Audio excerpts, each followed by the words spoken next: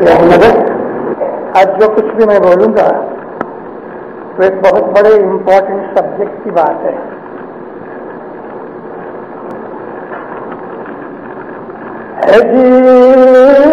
کೃಪಾ કરીને દુઃખ દારિદ્ર તારો સ્વામી મારા મહાવ મુકંદ મુરારી આશા